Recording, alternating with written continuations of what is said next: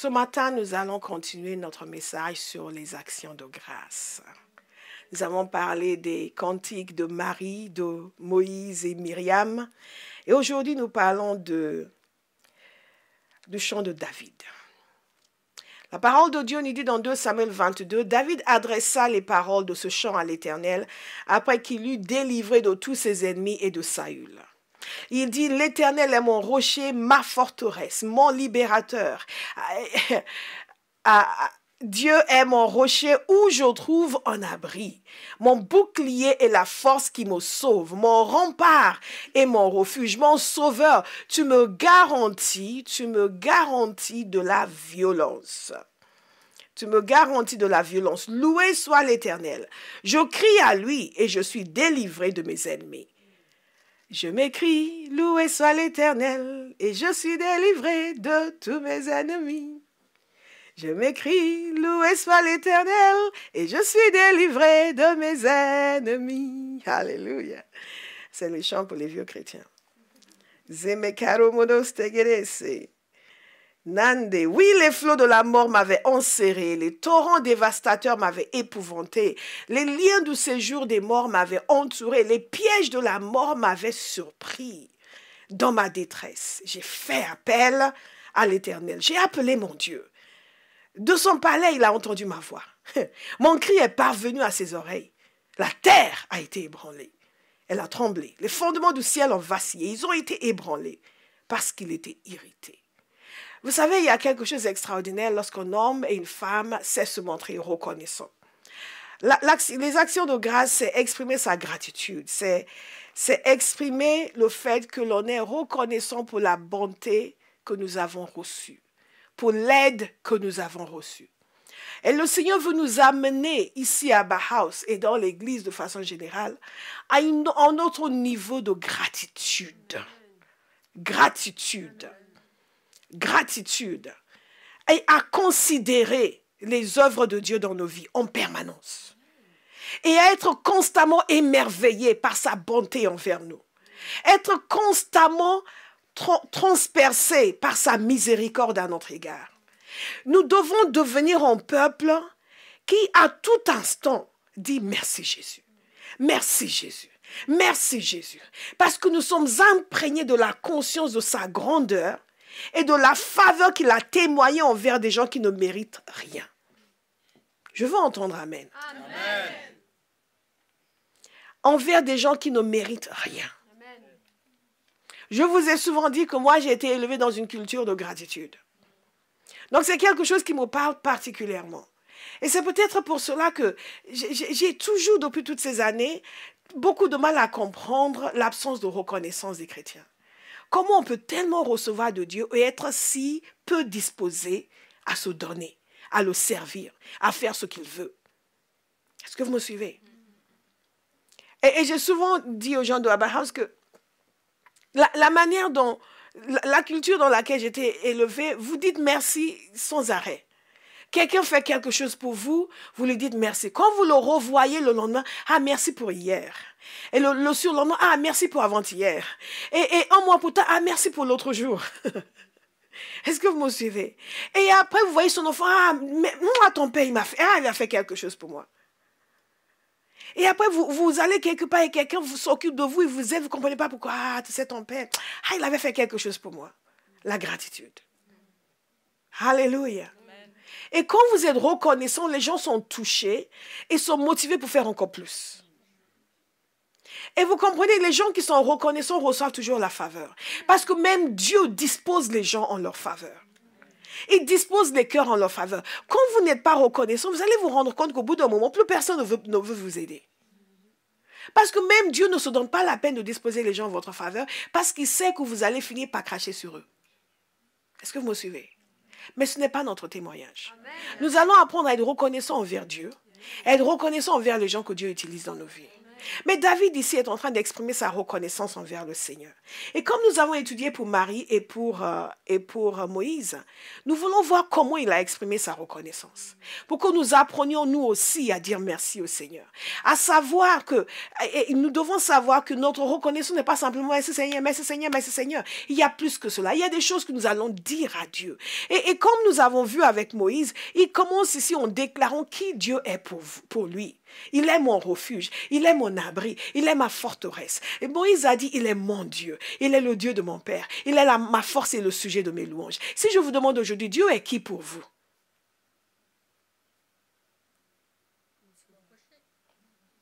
Dieu est qui pour vous? Ce n'est pas une question piège, il est qui pour vous? Ça doit sortir instinctivement. Et quand nous sommes remplis d'action de grâce, ça sort instinctivement. Qu'est-ce que je suis en train de vous dire? Ce que je suis en train de vous dire, c'est ceci. Nous pouvons dire, Jésus m'a guéri hier. Mais il y a un moment où Jésus doit devenir pour moi celui qui me guérit. Non pas seulement celui qui m'avait guéri avant-hier, mais celui qui me guérit. Parce que ce n'est pas simplement un événement isolé. Il est devenu quelqu'un pour moi. Sa personne a été définie différemment pour moi. Ce n'est pas simplement qu'il m'a libéré avant-hier, c'est qu'il est mon libérateur. Et quand j'ai la conscience du fait qu'il est mon libérateur, pas simplement qu'il m'a libéré avant-hier, mais il est mon libérateur. À chaque instant, je m'attends à être libéré si besoin est. Alléluia. Il est mon libérateur. Nous disons à Dieu ce qu'il est pour nous. Vous savez, il y a des gens qui savent comment faire. Hein. Tous les gens qui ont été amoureux, ils savent comment faire, n'est-ce pas? Ils ne disent pas simplement à leur amour, ah, oh, vraiment, ça m'a fait plaisir, la carte que m'a envoyée. Ils disent, oh, mais tu es mon amour, tu es ma tendresse, tu es ma joie. Qu'est-ce que vous dites encore? Vous le savez, faites pas semblant. Hein? Tu es ma rose, tu es mon... tu es quoi encore? Et vous avez toutes sortes de noms. Tu es ceci, et tu es cela, et tu es ceci pour moi. Et il est là, et elle est là, tu es sûr? C'est pas plutôt Jocelyne? Non, Jocelyne, non. Toi. Et ce que Dieu attend de nous, nous donnons aux êtres humains. Dieu attend de nous que nous lui disions, quand il nous a secours, quand il nous a aidés, et que nous venons lui dire merci, nous lui disions comme David, Seigneur, tu es mon rocher, ma forteresse. Qu'est-ce que ça veut dire? Tu es la force qui me soutient. Tu es la force sur laquelle je me tiens. Et avec toi, je suis en sécurité. Quand vous dites à Dieu, tu es ma forteresse, tu es mon rocher, vous êtes en train de lui dire, avec toi, je suis pleinement en sécurité. Je sais que je suis bien établi. Je sais que rien ne va me déplacer ni me bouger. Je sais que je ne vais pas trembler et je ne vais pas chuter. Tu es ma force, tu es ma forteresse. Et il lui dit ceci encore. Quelqu'un va savoir dire merci au Seigneur. Mon libérateur. Mon rocher où je trouve un abri. Si je trouve un abri, ça veut dire que je suis protégé. Si je dis à Dieu, tu es mon rocher, je trouve un abri, je suis protégé. Quel que soit ce qui peut venir. Les tempêtes peuvent venir, je ne serai pas touché. Les ténèbres peuvent venir, je ne serai pas touché parce que j'ai un abri. J'ai un endroit où je suis en sécurité, où je suis protégé des intempéries de l'existence humaine. Tu es mon abri. Je trouve mon abri en toi. Donc je reconnais que c'est toi qui me gardes, que c'est toi qui me protège, que c'est toi qui veilles sur moi, que c'est toi qui fais que, quelles que soient les tempêtes, quels que soient les tremblements qui peuvent venir, je suis en sécurité. Amen. J'ai envie de pouvoir dire ces choses au Seigneur. Qu'est-ce qu'il est encore? Il dit, tu es la force qui me sauve. Nous allons voir cela encore plus tard, ça revient encore. Tu es la force qui me sauve, mon rempart et mon refuge. Waouh!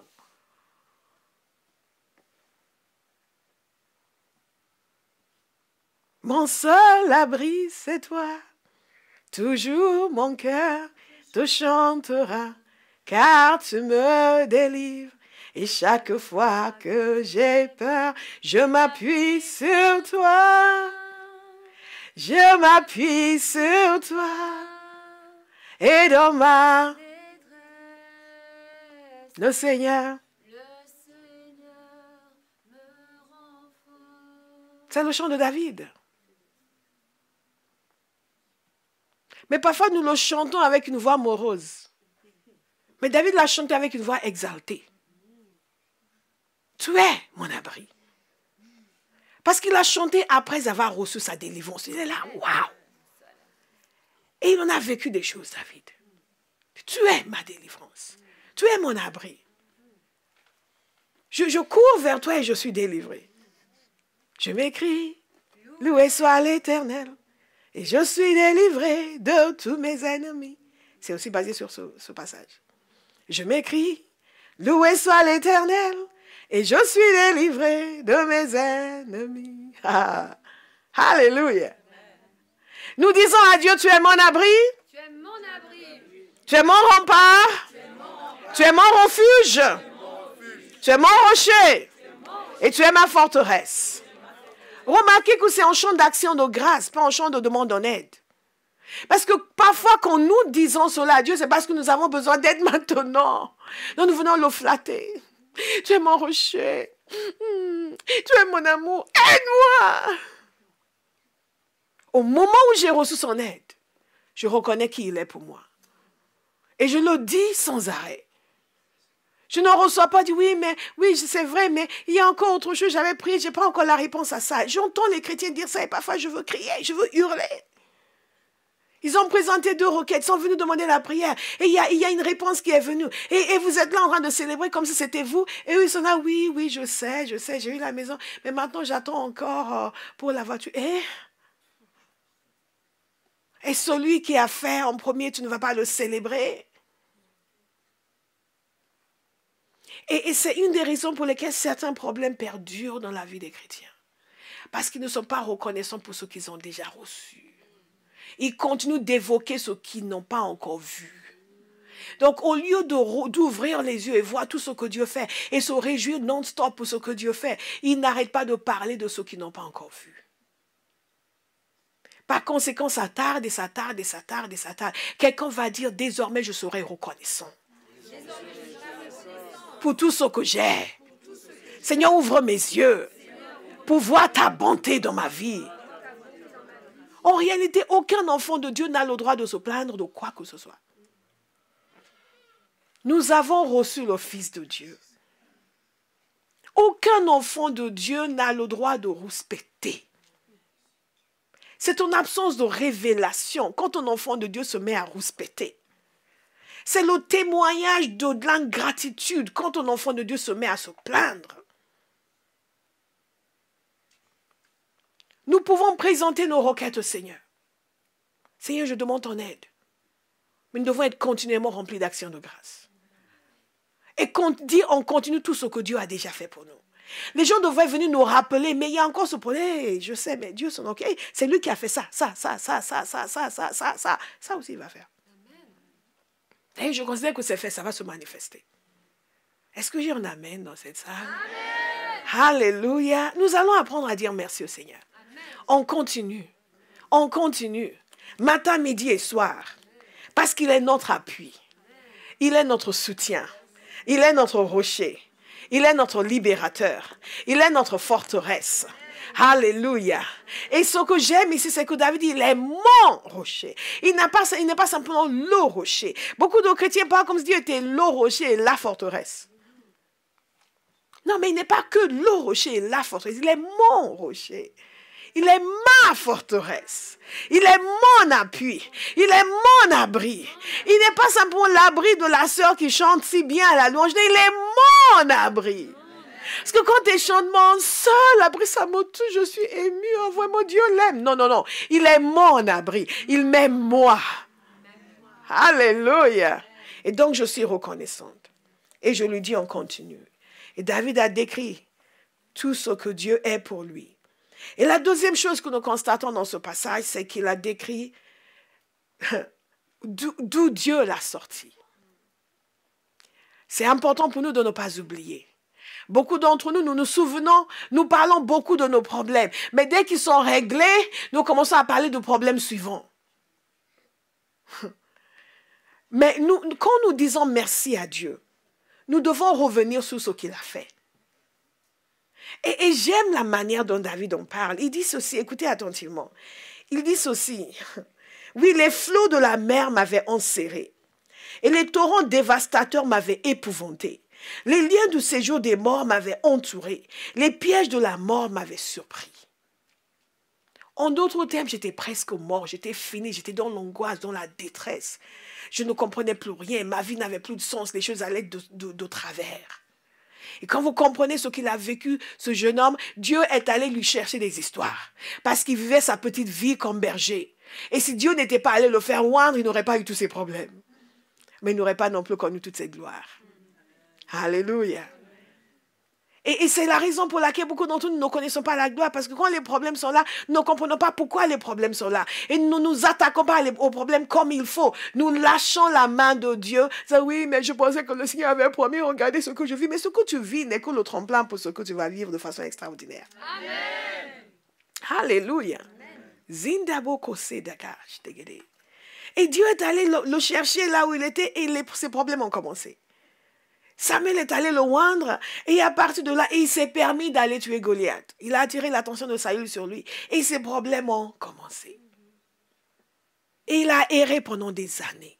Nous n'imaginons pas parce que nous pensons à lui comme un grand guerrier, mais pensez à la détresse que ça devait occasionner.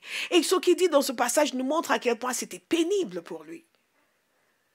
D'errer, d'aller de désert en désert. Et il y a même une ville qui s'appelait Kélia, il est allé les aider. Ils étaient assaillis, il est allé les aider, il les a délivrés de l'ennemi.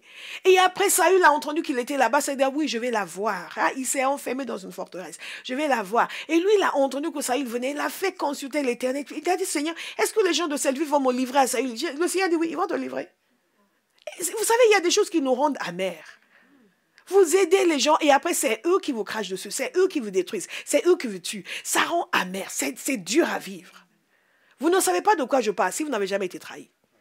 Mais si vous n'avez jamais été trahi, bienvenue à la vie. Ça va venir. Parce que les êtres humains sont toujours les mêmes. Mais il faut que vous compreniez, qu'est-ce que nous faisons? Nous mettons notre confiance dans l'Éternel. Et la fin est toujours glorieuse pour celui qui fait confiance au Seigneur. Amen. Et le Seigneur a dit, oui, ils vont te livrer. C'est le même Seigneur qui lui a permis d'aller les délivrer. Il a dit, ils vont te livrer. Et il est parti de là. Et d'errance en errance, il a dû prendre ses parents, aller les mettre chez un roi étranger pour que Saül ne les tue pas. De difficulté en difficulté, de problème en problème. Vous savez, j'aime beaucoup l'Ancien Testament et j'encourage beaucoup les chrétiens à lire l'Ancien Testament parce que beaucoup d'entre nous ne lisons pas l'Ancien Testament. Et quand nous lisons l'Ancien Testament, nous comprenons ce que c'est que d'avoir des problèmes. Parce que ces gens-là, ils avaient des problèmes. Aujourd'hui, nous n'avons pas de problème. Et nous pensons que nous en avons. Il y a juste un collègue au travail qui ne nous aime pas. Et qu'est-ce que ça change à la face de la terre? Les gens vivaient dans une période où, simplement parce que Dieu t'a oint, on est décidé à te tuer, à te prendre la vie. Il y a des endroits au monde aujourd'hui où ils ont vraiment des problèmes, où les chrétiens ont vraiment de véritables difficultés. Zemagere Baba Sokata. Dites, je suis reconnaissant pour tout ce que Dieu a fait pour moi. Je serai toujours reconnaissant.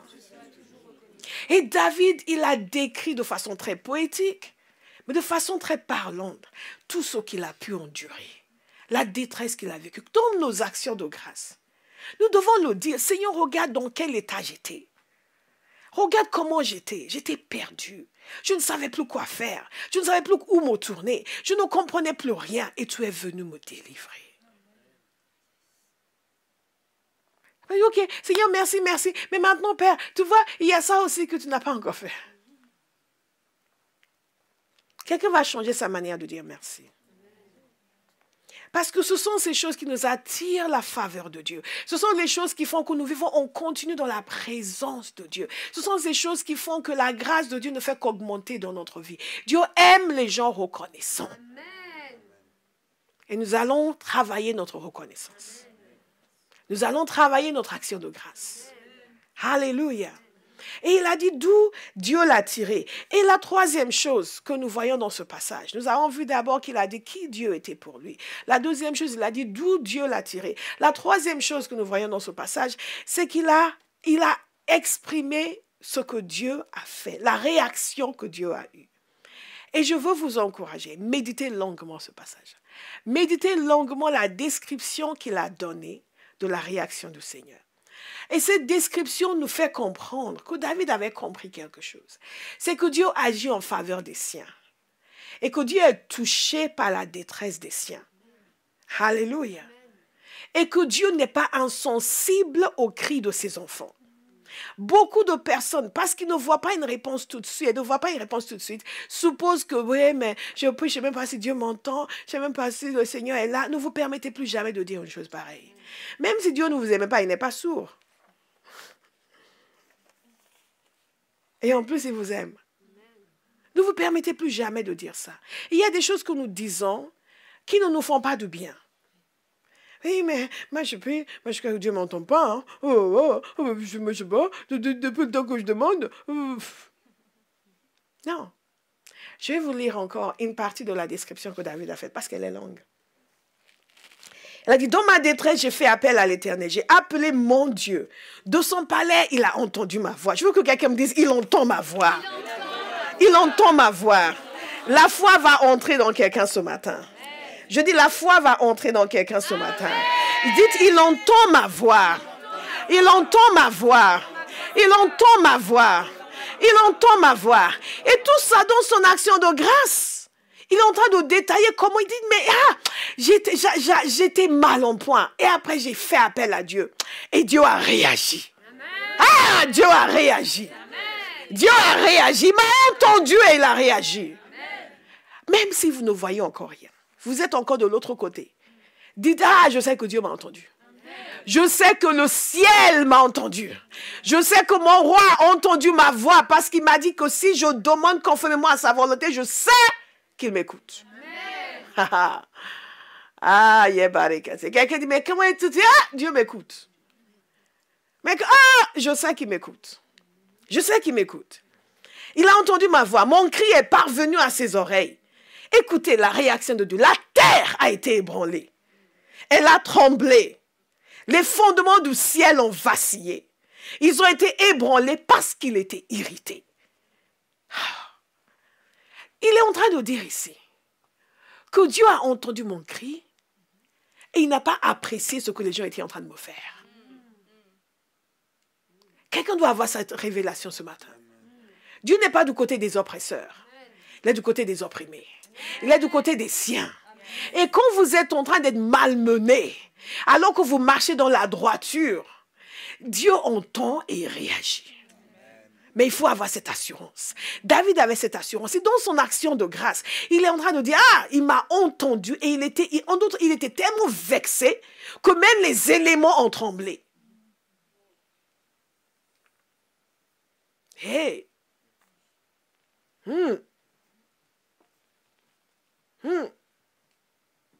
Alors, dans la nouvelle alliance, est-ce que quelqu'un peut comprendre que Dieu est pour lui? Que Dieu est pour lui? Amen. Que Dieu est pour lui? Amen. Que Dieu est pour lui? Amen. Mais encore une fois, je nous invite à l'obéissance. La raison pour laquelle nous pensons que Dieu nous résiste, c'est parce que nous lui résistons. C'est parce que nous refusons de faire ce qu'il nous demande de faire. Et nous sommes là, oui, mais je ne sais pas. Et le Seigneur, et nous avons toute une génération de chrétiens mollassants qui sont là, qui vont, on ne sait pas, on espère. On aime Dieu là.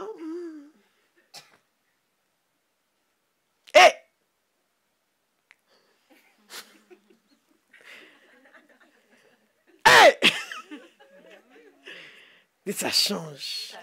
Ça change. Il m'écoute. Il m'entend. Il réagit en ma faveur. Alléluia. Quand vous comprenez ce que David avait compris, votre foi monte. Votre foi monte. Vous devenez inébranlable. Quel que soit ce que vous voyez. Les gens ne comprennent pas comment vous tenez, mais vous tenez. Comment vous continuez, mais vous continuez. Comment vous êtes toujours plein d'aplomb, mais vous êtes, parce que Dieu vous remplit en continu. Vous lui faites confiance, vous n'arrêtez pas de dire, je sais que tu m'as entendu. Je sais que tu m'as exaucé. Je sais que ta puissance a été manifestée en ma faveur. Papa, je te dis merci. Et, comment ça? Dieu m'a répondu. Dieu m'a entendu. Et oui, mais ça n'a pas encore... Oh, ça va changer. Dieu m'a entendu. Ça ne peut que changer. Ça ne peut que changer. Ça ne peut que changer. Cette description de la réaction de Dieu. Je vais vous lire encore un peu cette partie. Méditez-la par la suite. La terre a été ébranlée, nous avons vu cela. Une fumée s'élevait de ses narines et un feu dévorant sortait de sa bouche avec des charbons embrasés. Waouh! Rien que pour moi. Rien que pour moi. Rien que pour moi. Voyons un homme qui a l'audace de croire que son Dieu est touché par son affliction. Qui a l'audace de croire que non seulement il est touché, il réagit. Qui n'apprécie pas. Et pourquoi les chrétiens, quand il y a quelque chose qui ne va pas, oh Seigneur, pourquoi ils sont en train de m'attraper, tu les as laissés me traiter comme ça. Mais David aussi avait ses moments. Hein. Si vous lisez le psaume, il avait ses moments. Mais il avait compris. Et nous aussi, nous allons comprendre que Dieu réagit en notre faveur. Et nous allons l'en remercier. Et la prochaine fois que vous entrez dans une victoire, ne courez pas vite pour faire la demande suivante. Et pour zapper, dire, oh merci Seigneur, maintenant tu vois Seigneur, comme tu as fait ça, fais ça aussi. Non, non, non, prenez le temps de dire merci. Prenez le temps de lui rappeler, Seigneur, tu sais, ça n'allait pas. J'ai failli abandonner. Il m'avait dit que j'allais mourir. Mais toi, je t'ai demandé de l'aide. Et tu t'es levé. Tu t'es levé sur moi. Tu as envoyé quelqu'un me voir. Tu m'as fait inviter dans une réunion. Tu m'as conduit vers quelqu'un. Tu as libéré une parole sur moi. Tu as réagi violemment. Tu as dit non, mon enfant ne va pas mourir. Dites au Seigneur ce qu'il a fait. Et dites aux autres ce qu'il a fait. Vantez-vous un peu de lui. Dites, mais est-ce que tu sais, racontez à tout le monde. Dites, mais on connaît, laisse-moi te dire encore. Je ne t'ai pas dit cette partie. Comment Dieu m'a sauvé. Alléluia. Tout le monde devrait connaître vos témoignages. Dis, mais on connaît. Je l'ai même dit à quelqu'un. Non, laisse-moi te dire encore. Dieu est tellement bon. Il a réagi en ma faveur. Alléluia. Quelqu'un ici en faveur de qui Dieu a réagi. Amen. Je ne sais pas. Est-ce que vous êtes vraiment sûr? Amen. Vous êtes vraiment convaincu? Amen. Vous êtes convaincu de ça? Amen. Il faut le lui dire en continu. Il faut arrêter cette attitude larmoyante. Oui, Seigneur, merci. Mais tu vois, tu as guéri mon cœur, mais j'ai toujours mal à l'orteil. Touche mon orteil. Si tu m'aimes, vraiment, touche mon orteil. Qu'est-ce que nous constatons ici? David dit, il a envoyé son feu dévorant. Waouh! Il était monté sur un chérubin. Et il volait. Il apparaissait monté sur les ailes du vent. Il faisait des ténèbres une tente autour de lui. C'était un amas d'eau de sombres nuages. Une lumière éclatante le précédait, d'où provenait tout brûlant des charbons de feu. L'Éternel a tonné du haut du ciel. Le Très-Haut a fait retentir sa voix. Est-ce que vous osez croire que Dieu fera ça pour vous? Amen. Est-ce que vous savez que quand vous vivez une délivrance, Dieu a agi puissamment en votre faveur? Est-ce que vous pensez que vous devrez vous arrêter pour prendre le temps de dire merci? Quand les démons vous quittent, imaginez la dimension de la puissance de Dieu qui les a obligés. Ce qui s'est passé dans le monde spirituel, pour qu'ils se voient obligés de s'en aller. Nous prenons les choses pour acquises. Nous prenons les choses à la légère. La puissance que Dieu a déployée, qui les a obligés. Est-ce que quelqu'un les a pris physiquement? Non. Dans le monde spirituel, une réaction extraordinaire du Seigneur. La puissance de Dieu manifestée. Ils ont été obligés de s'en aller. Et nous, on prend ça comme si, ouais, j'ai vécu une délivrance. Dieu est bon. Elle a dit, je vais remercier le Seigneur. Je vais remercier le Seigneur. Quelqu'un va dire, Satan m'opprimait nuit et jour. Il polluait ma journée, il polluait mes nuits. Mais toi, tu as réagi. Tu as libéré ta puissance. Ton feu est venu. Alléluia. Tes anges se sont manifestés. Ta parole de puissance a été libérée. Et ils ont dégagé. Rapidement, dites rapidement. Alléluia. Alléluia. Alléluia. Nous allons apprendre à dire merci à Dieu.